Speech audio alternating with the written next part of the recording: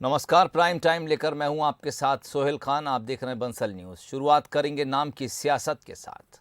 हबीबगंज का नाम बदलने के बाद अब होशंगाबाद का नाम बदलने पर सियासत फिर से तेज हो गई है। बीजेपी विधायक रामेश्वर शर्मा ने पीएम मोदी और सीएम शिवराज का आभार जताया, तो कांग्रेस का कहना है कि नाम बदलने से कुछ नहीं होगा, बल्कि वहां विकास, रोजगार से शहर की तस्वीर बदलेगी। देखिए ये रिपोर्ट। हबीबगंज के बाद बदला होशंगाबाद का नाम। बाबई को माखन लाल से मिलेगी पहचान।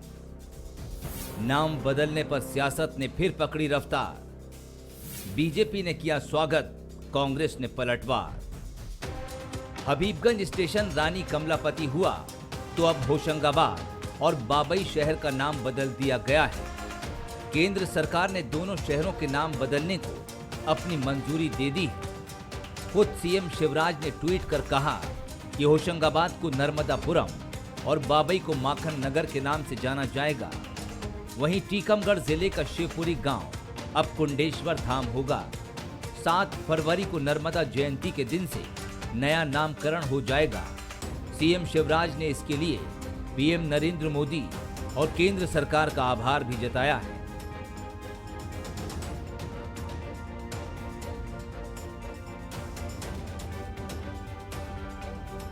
अब जब नाम बदलने जा रहे हैं तो सियासत होना लाजमी है। बीजेपी विधायक रामेश्वर शर्मा ने पीएम और सीएम का आभार जताया।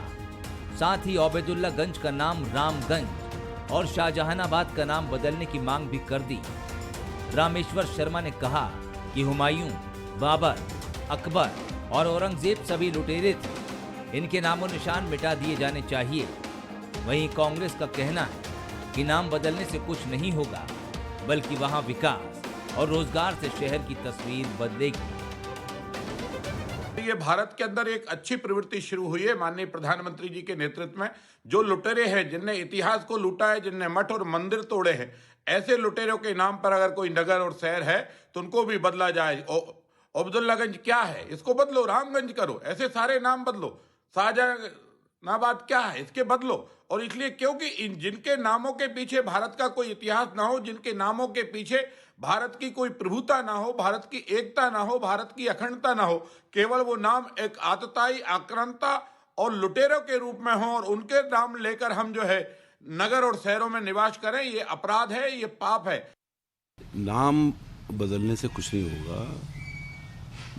वहाँ कुछ विकास का काम करने से, वहाँ की तस्वीर अगर बदलेंगे तो उससे होगा। आज नर्मदा जी में उत्खनन हो रहा है रेत का मशीनों से, और वहाँ बावई में भी ऑक्सीजन प्लांट का भूमि पूजन किया था। पूरी कोरोना काल उस समय का, लेकिन ऑक्सीजन प्लांट उस समय नहीं बना था, भूमि पूजन कर दिया गया। तो ये वहाँ के लोगों को रोजगार मिले, वहाँ बिजली के बिलों से लोगों को राहत मिले, किसानों को खाद मिले, किसानों को मुआवजा मिले जो फसल नष्ट हुई। तो ये सब चीज़ें नहीं हो पा रही। ये अगर होगी तो मैं समझता हूँ तस्वीर बदलेगी। नाम बदलने से पहचान बदलेगी और नई पहचान के साथ शहर नई उड़ान भरेंगे। रही बात सियासत की, तो सियासत होने के लिए ही होती है, जो हर मामले में होकर ही रहती है। Bureau report, Bansal. राजधानी भोपाल में पद्मश्री से सम्मानित हस्तियों को सीएम शिवराज सिंह ने सम्मानित किया। कला के क्षेत्र में दुर्गाबाई व्याम, अर्जुन सिंह धुर्वे, राम सहाय पांडे और शिक्षा एवं साहित्य के क्षेत्र में अवध किशोर जड़िया को शॉल, श्रीफल भेंट कर सीएम ने सम्मानित किया। साथ ही स्वर्गीय डॉक्टर एनपी मिश्रा की ओर से उनके पुत्र सुनील मिश्रा को सम्मानित किया गया। इस मौके पर राम सहाय पांडे ने सीएम के सामने अपनी कला का प्रदर्शन भी किया।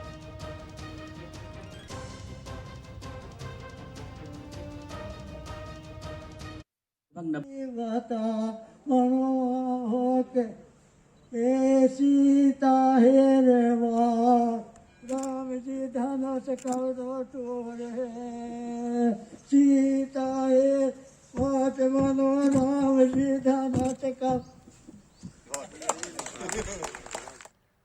सम्मान से पहले राम सहाय पांडे से खास बातचीत की हमारे विशेष संवाददाता मनोज सैनी ने। चलिए आज हम आपको मिलवाते हैं राम सहाय पांडे से, जिन्हें हाल ही में पद्मश्री के लिए घोषित किया गया है, पद्मश्री मिलने जा रहा है उनको। मन में क्या चल रहा है? ये भाई खुशी की बात चल रही है भैया कि आज मान ली इस राय के लाने और हम तो प्रधानमंत्री का बड़ा आभार मानेंगे कि जो प्रधानमंत्री ने हमारे बुंदेलखंड को और हमारे मध्य प्रदेश को ये सम्मान दिया है, तो उनके आभारी हैं हम बहुत ज़्यादा हैं। क्योंकि बुंदेल ये खाद हमको नहीं मिला, ये हमारे पूरे बुंदेलखंड और मध्य प्रदेश का सवाल है। ये सवाल हमारे अकेले का नहीं है कि ये हमको मिला है। हम तो जाके हैं कि हमारे मध्य प्रदेश का सौभाग्य और हमारे बुंदेलखंड का सौभाग्य। अब कितना बदल गया वो जब दौर, उसके बाद फिर कैसे कहाँ पहुँच गए आप? फिर क्या हुआ कि सन 64 में नारायण गोविंद सिंह मुख्यमंत्री थे अपने थे के, तो हमारे एक हीरा सागर दोस्त था, तो हम आओ वो अपने भोपाल में आकाशवाणी में ऑफिसर हुआ तो उनने बुलाए हमारी उनकी दोस्ती हती अच्छी। कहा कि विपुल ब्याह की रविवार हम करने लगे तो पास आई है, तो दोस्ती हती हीरा सागर की हमारी। सो उनने बुलाए वो आकाशवाणी में, तो आकाशवाणी में रिकॉर्ड करवाई, रिकॉर्डिंग करवा के उनने फिर राय करवाई रबे धुवन में। तो गोविंद नारायण सिंह भी पहुँचे, हमारे पास फोटो है हमें, और जय बहादुर भी पहुँची। जब जय बहादुर भी डांस सीख रही थी तो संगे जब फोटो है हमारे पास। इतने से जहाँ हमने मान ली शुरू भाई हैं, फिर मान ली जब इससे मान ली हमें तैसे जहाँ भय हैं, फिर हमने पीछे को मुँह नहीं धरो, उनने पैर धरो, आगे हम बढ़ते गए। हो जाए फिर चलते चलते कुछ बाबा, कुछ पांडे साहब। चलते मेरा तन कैसा हंस के बोल ले, ये चलते मेरा तन कैसा हंस के आय हाय, अरे तन कई हंस के बोल ले, ये चलती मेरा तन कैसा हंस के बोल ले। चलिए, ये है राम साहेब पांडे साहब, जिनके साथ बड़ी दिलचस्प बातें हुई है। बातें कई लोगों से होती है, मुलाकात कई लोगों से होती है, लेकिन 94 साल की उम्र में भी आज वही सब कुछ है। हंसते हुए आए, हंसते हुए जाइए, चलते रहिए पर मुस्कुराते रहिए, खुश रहिए। ईश्वर करे, भगवान से यही कामना है कि आप भी ऐसे ही चलते रहें, क्योंकि आप हमारी धरोहर है, आप हमारी कला है, और आपको पद्मश्री मिला है तो पूरे मध्य प्रदेश का सम्मान बढ़ा है।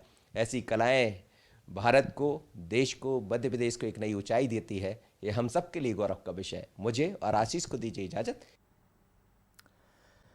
सीएम शिवराज सिंह चौहान ने आज आंगनबाड़ी कार्यकर्ताओं को भी बड़ी सौगात दी। उन्होंने पोषण अभियान के तहत सीहोर जिले के आंगनबाड़ी कार्यकर्ताओं को 1465 स्मार्टफोन वितरित किए। सीएम शिवराज सिंह चौहान ने कहा कि कुपोषण मुक्त मध्य प्रदेश बनाने की सबसे मजबूत कड़ी आंगनबाड़ी कार्यकर्ता है।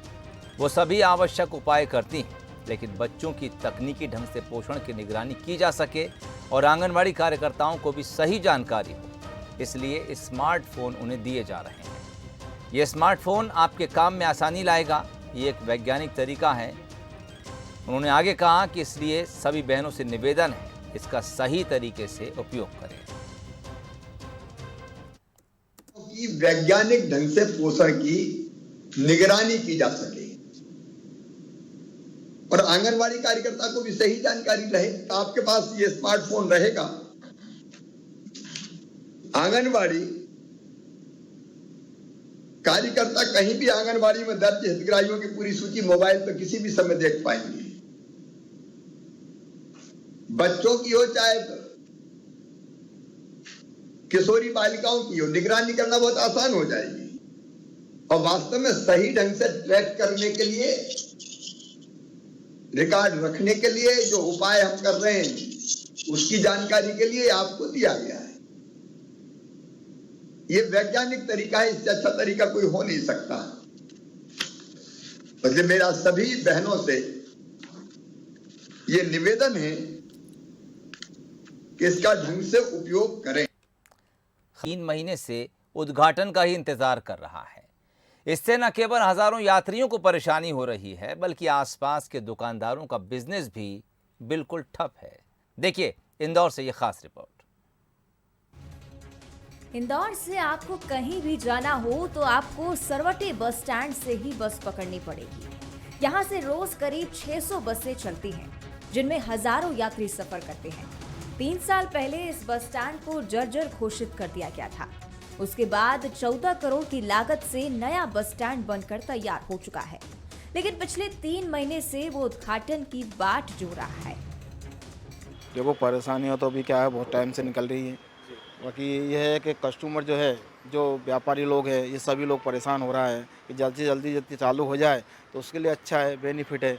सवारियाँ जो बाहर से भटक रही हैं, जो परेशानियाँ आ रही हैं लोगों को, अब यहाँ क्या बस स्टैंड यदि अंदर चालू होता है या सरबट बस स्टैंड चालू होता है तो इससे क्या है कि जो सवारियाँ हैं, व्यवस्थित जगह हैं, व्यवस्थित सुविधाएँ हैं, उनके बैठने के हिसाब से अच्छी व्यवस्थाएँ हैं।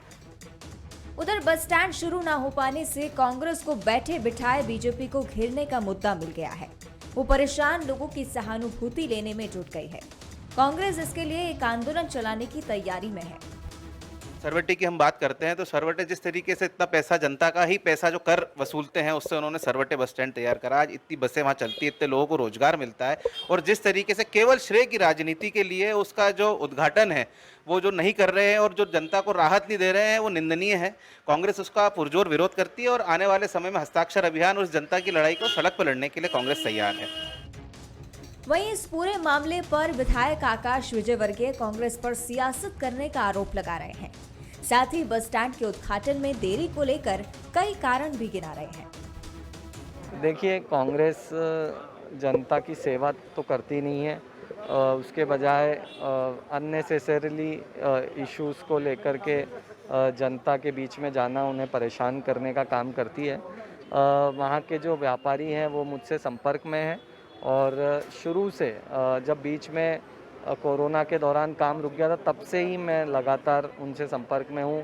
काम जल्दी से जल्दी हो, इसके लिए कई बार दौरे कर चुका हूँ, और इसके लिए भी हम लोग काफ़ी प्रयासरत हैं।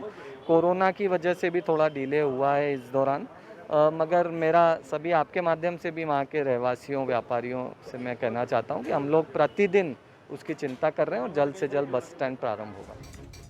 बहरहाल यात्रियों को इसका इंतजार रहेगा, लेकिन जिम्मेदारों को ये समझना पड़ेगा कि 6 महीने में बनने वाला बस स्टैंड 3 साल में बन पाया, और अब उद्घाटन में देरी सिस्टम की कमजोरी को उजागर करती है। ब्यूरो रिपोर्ट के साथ इंदौर से पीयूष पारेख। यूपी चुनाव में बीजेपी ने प्रचार के लिए एमपी के दिग्गजों को भी मैदान में उतार दिया है। कृषि मंत्री कमल पटेल को भी जिम्मेदारी सौंपी गई है। उन्होंने बीजेपी की जीत का दावा करते हुए कहा कि पार्टी ने मुझे यूपी विधानसभा चुनाव में अलीगढ़ सेक्टर का प्रभारी बनाया है। कमल पटेल ने बीजेपी के पक्ष में माहौल होने की बात कही और सरकार के विकास कार्यों की तारीफ भी की।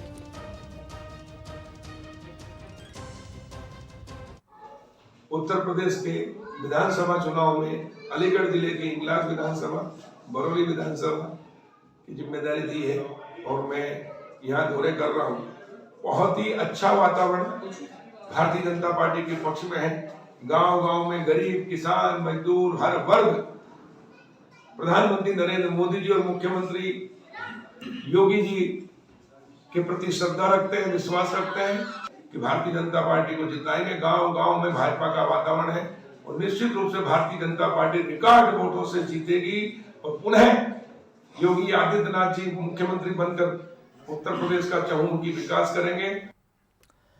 मुख्यमंत्री योगी आदित्यनाथ ने शुक्रवार को गोरखपुर सदर सीट से चुनाव लड़ने के लिए अपना पर्चा दाखिल किया। 5 बार से सांसद योगी पहली बार गोरखपुर में शहर सीट से विधानसभा चुनाव लड़ रहे हैं। इस सीट पर 33 साल से भाजपा का कब्जा है। योगी के नामांकन में खुद गृह मंत्री अमित शाह और यूपी चुनाव प्रभारी धर्मेंद्र प्रधान मौजूद रहे। ये पहली बार है जब शाह किसी के नामांकन में शामिल हुए हों। नामांकन के बाद अमित शाह गोरक्षनाथ मठ पहुंचे और पूजा अर्चना की। नामांकन रैली में जहां योगी आदित्यनाथ ने अपनी सरकार के कामकाज गिनाए, तो वहीं अमित शाह ने दावा किया कि इस बार भी बीजेपी यूपी में 300 से ज्यादा सीटें जीतेगी। महायोगी भगवान गोरखनाथ की इस पावन धरती पर आज मुझे हमारी पार्टी के द्वारा गोरखपुर नगर विधानसभा क्षेत्र से नामांकन करने के लिए अधिकृत किया गया है। भाइयों बहनों, उत्तर प्रदेश में 5 वर्षों के दौरान भारतीय जनता पार्टी की डबल इंजन की सरकार ने आदरणीय प्रधानमंत्री जी के मार्गदर्शन और उनके नेतृत्व में जीवन के प्रत्येक क्षेत्र में जन अपेक्षाओं पर खरा उतरने का प्रयास किया। सुरक्षा, आस्था का सम्मान, गरीब कल्याणकारी योजनाओं को बिना भेदभाव के हर गरीब को, हर किसान को, हर नौजवान को, हर महिलाओं तक पहुंचाने और विकास की बड़ी बड़ी परियोजनाओं को आगे बढ़ाने का कार्य किया।